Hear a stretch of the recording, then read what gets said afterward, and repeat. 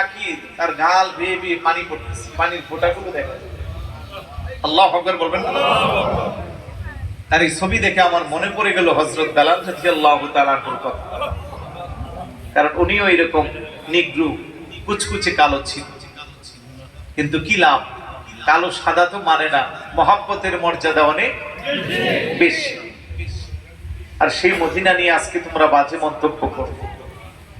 কালো হাবিশি বেলাল ভালোবাসিলো নূরে নবীকে, ও ইসলামের প্রথম মুয়াজ্জিন, ইসলামের প্রথম মুয়াজ্জিন বানাইলেন রাব্বানা মদিনা মদিনা, আশিক মুমিনের ঠিকানা, বলেন মদিনা মদিনা, আশিক মুমিনের ঠিকানা।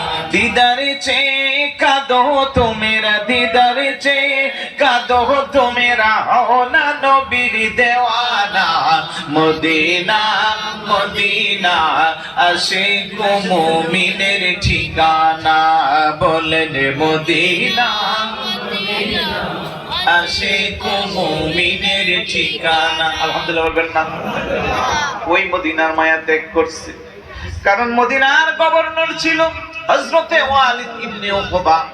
ইয়াজিদ যখন ক্ষমতায় বসলো, চিন্তা করলো কয়েকজন ব্যক্তিকে যদি আমার পক্ষে আনতে না পারি, আমি আমার রাজত্ব ভালো করে কায়েম করতে পারবো না।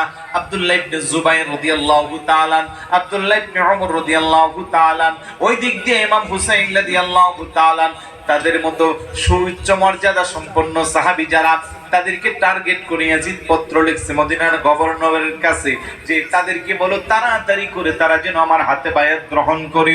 ইমাম হুসাইন রাদিয়াল্লাহু তাআলা মসজিদে নববীর বারান্দায় তাসবিহ তাহলিল জিকির আজকারে ব্যস্ত।